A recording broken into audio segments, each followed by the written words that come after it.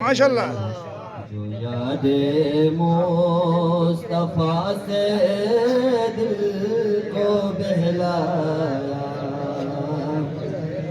نہیں کرتے یہ دربار ملتا ہے بے مانگے ارے ناداں یہاں دامن کو پھیلایا نہیں کرتے. ماشاءاللہ ماشاءاللہ. اس ون پوائنٹ ایجنڈے کا مطلب صرف اور صرف ڈپارٹمنٹ کے اندر سے ظالمانہ رویوں کا خاتمہ ہے. بے شک بے شک بے شک بے شک. آپ نے دیکھا اور آپ بخوبی آگاہ ہیں، یہاں ہم شرمندہ ہیں ہمارے ان بزرگ اساتذہ، مگر افسوس کہ ظلم جب بڑھ جاتا ہے تو ہمارا ضعیف بھی کڑی کمان بن کر نوجوان بن کر میدان میں اتر جاتا ہے. واہ جی واہ واہ.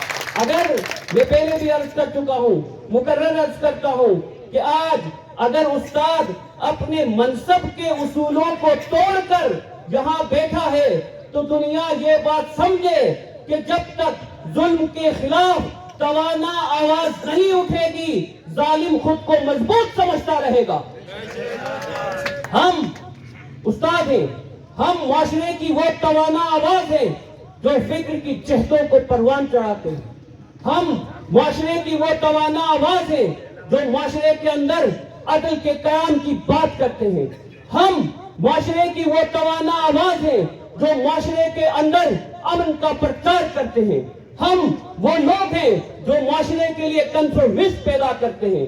ہم وہ لوگ ہیں جو سوشل بیلنسنگ پر کام کرتے ہیں. اگر ہمارے ساتھ ہی ظلم ہوتا رہا اور اگر ہم اپنے ساتھ ہونے والے ظلم کے خلاف آواز بلند نہ کر سکے تو یقین کیجئے آنے والا معاشرہ پستی کا شکار ہو جائے گا.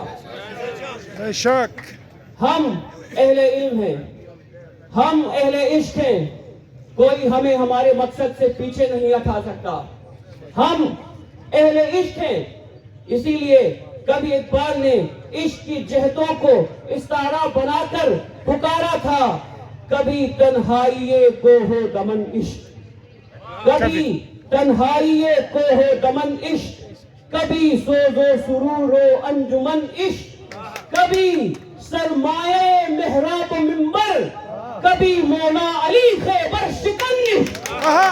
ماشاءاللہ ماشاءاللہ. مبارکباد پیش کرتا ہوں کہ آج آپ اہل عشق خیبر شکن بن کر کھڑے ہوئے ہیں. انشاءاللہ یہ ظلم کا بت